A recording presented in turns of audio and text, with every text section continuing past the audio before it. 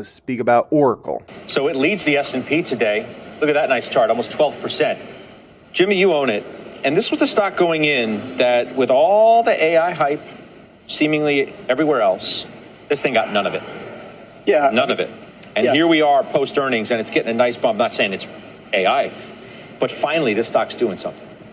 Well, it was doing something until 6 months ago, and then it had 2 quarters in which what it did was it said, hey, we're building out these data centers to support our cloud initiative, but in those 2 quarters, they weren't showing immediate results. This is where a long-term investor says, do you trust the management? Do you trust the strategy? And we did, and the strategy is paying off. So those data centers that they built, they're pretty much all being used right now. They need to build more because orders are piling in.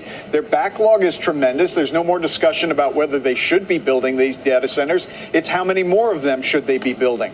The stock's up a lot today, and that's just recovering what happened over the last 6 months. I think it's going meaningfully higher from here. If I look at yesterday's analyst estimates, we're trading at something like 20 times fiscal year 25's estimates, and their fiscal year is May. That's why I'm looking at fiscal 25. Those estimates are going to go up. Morningstar has it at 18 times fiscal year 25 estimates. Estimates are going to go up, and for good reason. The stock is undervalued at this price. So it hits a new record high today. Josh, you used to own it, and it wasn't that long ago.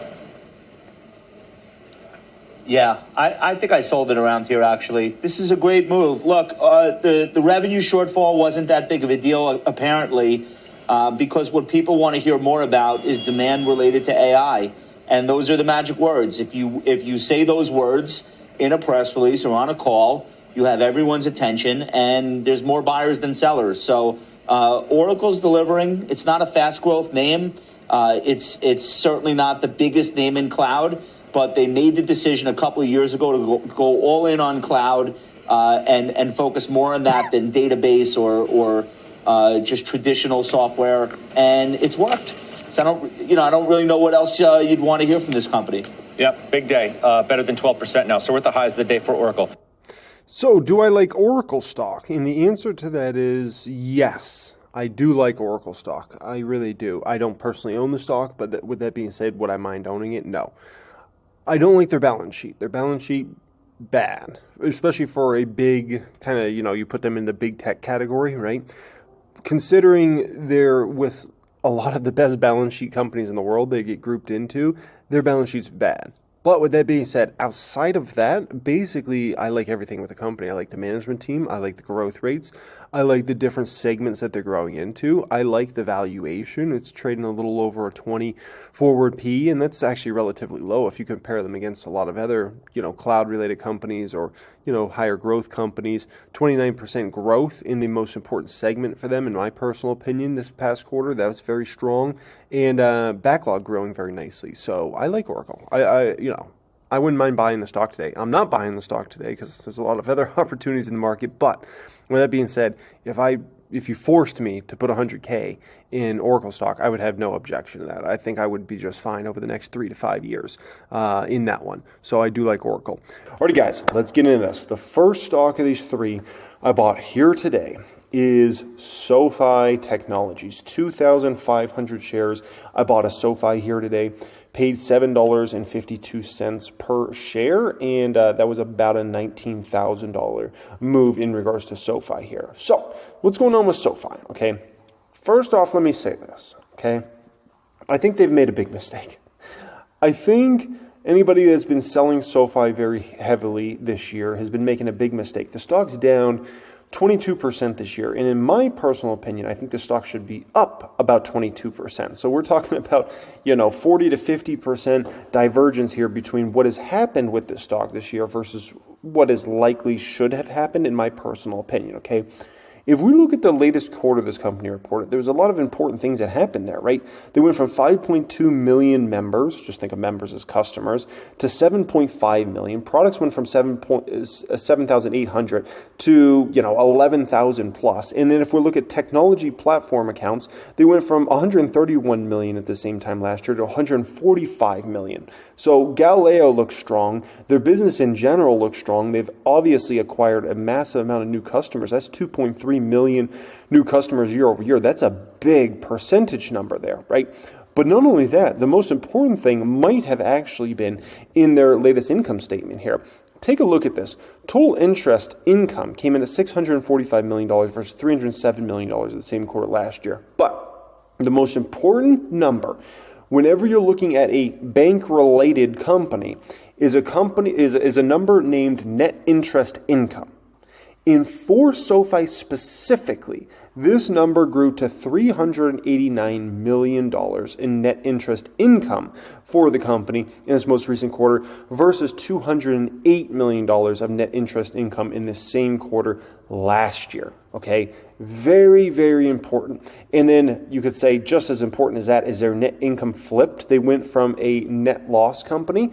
They lost over $40 million in the same quarter last year versus an actual net income of $47 million in this latest quarter, which is a huge year-over-year flip. That's one of the biggest flips I've seen in quite some time. It reminds me a lot of, honestly, Palantir when they flipped to profitability last year, okay? So this is a huge moment, and here we have a stock that's down 20+%, and I think they've really, really misjudged this whole situation. Also, in that last quarter, they double beat. They beat on EPS as well as they beat on revenue by $22 million. So that was very impressive. And if you look at what analysts have for this year, they have only 7 cents of EPS for the company to earn this year, which could prove to end up being a low number. I mean, if you look at the last quarter, right, it depends on if you want to look at a normalized actual basis or GAAP basis, between 2 cents and 4 cents, okay? So if you want to go on GAAP basis, we could say, take that out, minimum of 8 cents, right? If you want to go off of this, then you could say minimum of 16 cents, because there shouldn't be any things in there that all of a sudden screw up the EPS for SoFi overall. So, I mean, I wouldn't be surprised if they do 8 cents to 16 cents of EPS for 2024. So I think that 7 cent number will end up being low when we look back at this time next year. Then on top of that, there's supposed to be an explosion of EPS next year. They're supposed to go to 25 cents of EPS, right? Which would put the company at about a 30 forward PE there. So that's obviously very, very exciting. And then if you look at this, right, this is a revenue growth down here. They have them doing about, and this is analysts, 13 analysts and 12 analysts as far as next year's numbers, right? They have them doing about 15.4% revenue growth this year we're in, and then 16% next year. Now, first off, I think the important thing to understand is those numbers are very beatable. Very beatable numbers for SoFi. SoFi has been growing exponentially. Revenues way above where those numbers are at there. So we're talking about there's going to have to be a massive slowdown in SoFi's revenue growth. That's totally possible. But all I'm saying is those numbers are definitely beatable for SoFi because they've been putting up numbers, even if you look at the last quarter, much stronger numbers than 15% revenue growth. Now, the other important thing to understand is when you are thinking about these numbers over this next 1 to 2 years, these numbers are conservative Anthony Noto, which I think is important, and I like that overall. I like Anthony Noto being a little more conservative here. Now, recently, there's been a lot of analysts talking about SoFi stock, and this has moved SoFi stock somewhat negative. So Piper Sandler came out recently. Shares of SoFi stock are in focus after Piper Sandler analyst Kevin Barker lowered his price target to $8 from $8.50 while maintaining a neutral rating. The analyst made the change after analyzing SoFi's Form 10-K in management commentary. Barker believes that SoFi stock trading at around 14 times operating price to earnings, PE ratio, based on the expected fiscal year 2025 sales, and a 3.4 times price to sales ratio is fairly valued. Now, my personal opinion on that is SoFi fairly valued? I think SoFi is fairly valued if you thought this company is going to be extremely low growth. If you think SoFi is going to be extremely low growth, fair. I think it's at fair value. And when I say low growth, I'm talking about, let's say 5% or less revenue growth, right? But SoFi, even if you look at analyst expectations, are at 15, 16% for the next couple of years, right? I don't think this stock is fairly valued with those sorts of growth rates. Now, also, if they start doing 20% or above 20%, which is where the company's been at, well above 20%, then you're talking about a whole different situation there. And so, I don't know. We'll see where that shakes out. I just don't think I think the company's undervalued, not fairly valued. Barker is also cautious about SoFi's lending segment as the company experiences net charge-off, NCOs, and personal loan premium amortization. For 2023, lending revenue tallied in at $1.37 billion, up by 20% year over year. SoFi is guided for mid-teens compound growth in its lending segment. So Barker has some worries. I understand it. But the interesting thing about his commentary is a lot of it's just kind of on, fairly valued, a little bit worried about charge-offs, but he also had some somewhat positive things to say. On the bright side, Barker believes that the company's financial services and technology segment growth will offset any lending headwinds. SoFi is guided for 20% to 25% compound revenue growth until 2026, including 50% compound growth for financial services and mid-20% compound growth for technology. We are encouraged to see a more diversified business model, whereas when one segment slows, the other can offset the impact. So Barker obviously is a more respected analyst, ranked 237 out of 8,767, and so I think that's why his words carry weight, because he's a higher ranked analyst, right? But the thing is, he's got this $8 price target on for the stock, right? But overall, I mean, when I look at that note there, I see a lot of bullishness in that note, just to be quite frank. And so how it feels to me in regards to a Barker, and this is very important everybody understands this, when you read through one of these analyst notes, you've got to think, is this person more likely to flip bullish, or go more bearish, or go more neutral? When I read Barker's note here, I read a note that if SoFi comes through with really good numbers this next couple quarters, let's say beats analyst expectations, I think this Barker guy will flip bullish. And I think he will all of a sudden put his price target from $8 to $10 or $12. That's what I read through when I look at a note like that. I look at a guy that is cautious, talking about fairly valued, but I'm telling you, like, if they come in and they beat numbers next couple quarters, I think a guy like this is flipping, and I think he'll flip quick, right? And when he does flip, he will bring a lot of momentum over, I can tell you that, because of where he ranks. So I don't know. We'll see what happens there, but that's kind of my opinion there. Now, meanwhile, Mizuho is a bit more bullish than Barker, with its price target of $12 and a buy rating. Analysts at the firm have a bullish view towards SoFi's recent $750 million convertible senior notes offering and accompanying capped call transaction, as well as a $600 million equity exchange. This was something that a lot of people flipped out about. A lot of SoFi shareholders very disappointed in this for whatever reason. I can't explain why they would be super disappointed in this. I'm not super disappointed in it, but I don't know. And maybe other people didn't understand what was going on here. I'm not sure, but this is a huge reason why the stock is down 22% so far this year. Quote, "We believe that once investors understand the many positives embedded in the two deals, the stock would likely correct upwards," wrote Mizuho. Mizuho analysts estimate that the exchange could increase SoFi's tangible book value per share by 10%, while also improving capital ratios by more than 2%. The exchange also cuts $60 million in annual interest expenses, which should pay back the capped call cost in about 1.5 years. That's a key paragraph there, okay? Now, once again, a huge reason the stock is down 22% this year is because SoFi announced that deal. Look at how much that stock is down since that deal was announced. It's insane. I don't think people understand Anthony Noto's background. Anthony Noto used to work at investment banking for Goldman Sachs. He worked at a lot of key positions. He worked at Twitter back in the day. He was a CFO of the NFL for a while. But his experience in investment banking, specifically with Goldman Sachs, this man understands, I think, finance on the highest levels possible. And so when he sees an opportunity to do something, you've got to understand he's probably making the right decision. These Goldman Sachs type folks, like he is, They don't get it wrong very often. There's a reason Goldman Sachs has made it through every single financial situation you could ever imagine, and somehow they stay around and stay relevant and stay getting bigger. And meanwhile, all these other Wall Street firms end up going under and they get acquired, and Goldman Sachs is always somehow figures it out. They hire the best and brightest over there, and these folks know what to do. And Anthony Noto is one of those Goldman Sachs people.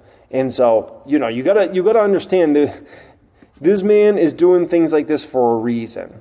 And he looks at this as a very strategic opportunity to have SoFi be in a far better place over the coming years than if they didn't do a deal like this.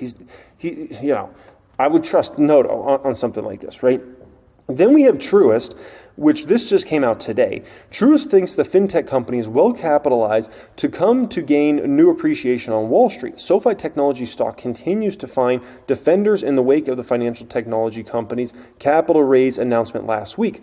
Our view is of the central debate on SoFi is around credit and potential read-throughs to capitalization, Truist Securities' Andrew Jeffrey wrote on Tuesday. But he thinks the company's in a good spot.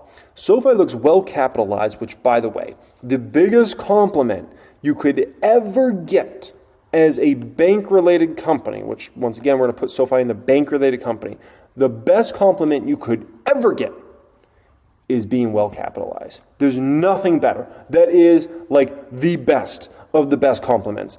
In his view, and the company's recently announced convertible transaction should give it more of a buffer.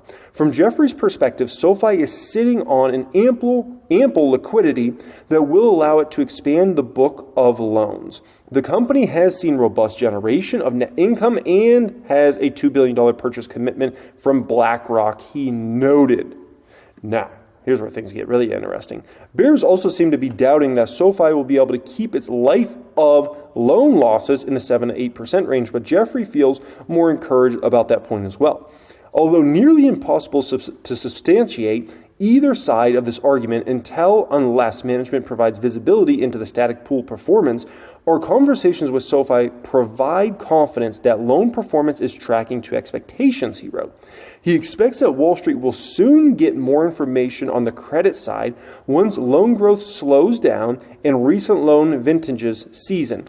Jeffrey expects that investors will find new appreciation for SoFi shares as non-lending parts of the business continue to become greater earnings contributors. A factor he thinks will make Wall Street rethink how the stock should be valued, right? And this gets into the whole thing about, do you value SoFi more like a bank or do you value it more like a tech company? Because I can tell you this company is certainly not being valued like a tech company. It's being valued like a very low growth bank. We assert balancing profitable lending growth while steadily boosting non-lending profit is a formula for a sustained outperformance, he said, while reiterating his buy rating and a $14 target price in a report to clients titled, quote, "We see opportunities and others fear." So this man has nearly 100% upside. Nearly 100% upside. Woo-wee! I mean, what a call. What a flippin' flapjacking call. Now, I'll tell you what I think about this call in just a moment here, but let me say this before we go any further here, because I want to say Anthony Noto, in my opinion, the way he's positioned SoFi, I think he's positioned SoFi very well whether we have a recession or not, right? And there's lots of debate if we're going to have a recession, if the recession comes this year, next year, 2026, right? And there's going to continue to be debate about that until we finally get the next unemployment-related recession, whenever that is, whether it's this year, next year, 2026, whatever. Until we get that unemployment recession, there's going to be a lot of debate around it. And I think Noto has put this company now in a phenomenal position, whether we get a recession, whether we don't get a recession, like SoFi is going to be fine.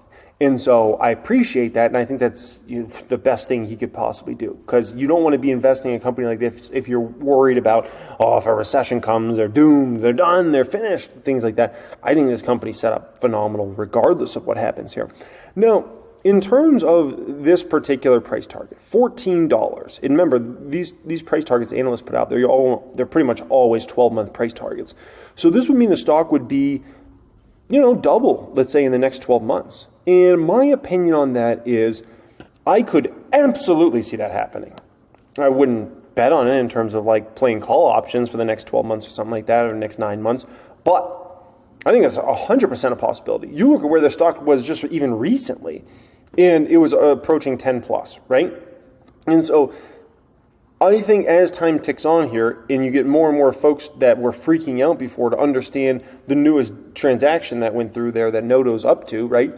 And as you see the numbers pour in over this next several quarters, I think there's a higher and higher probability that people will start to give SoFi the benefit of the doubt and start to trust Noto more, that he knows what he's dang doing here. And so I think as time ticks on, that's just a better situation. I think this is like kind of almost like max fear type situation in regards to SoFi, and I think you're going to acquire more and more shareholders and bigger shareholders over this next 12 months. That's my personal opinion. So $14, I think it's possible. I really think it's possible in the next 12 months. But like I said, would I bet on it? Would I buy calls that it's going to 14 plus in the next 12 months? No, that's not my name in the game. I don't want to put myself under that sort of stress, right? That's a lot of stress. But I wouldn't be surprised at all if this time next year, SoFi's $14, $15, $16 a share or something like that, okay?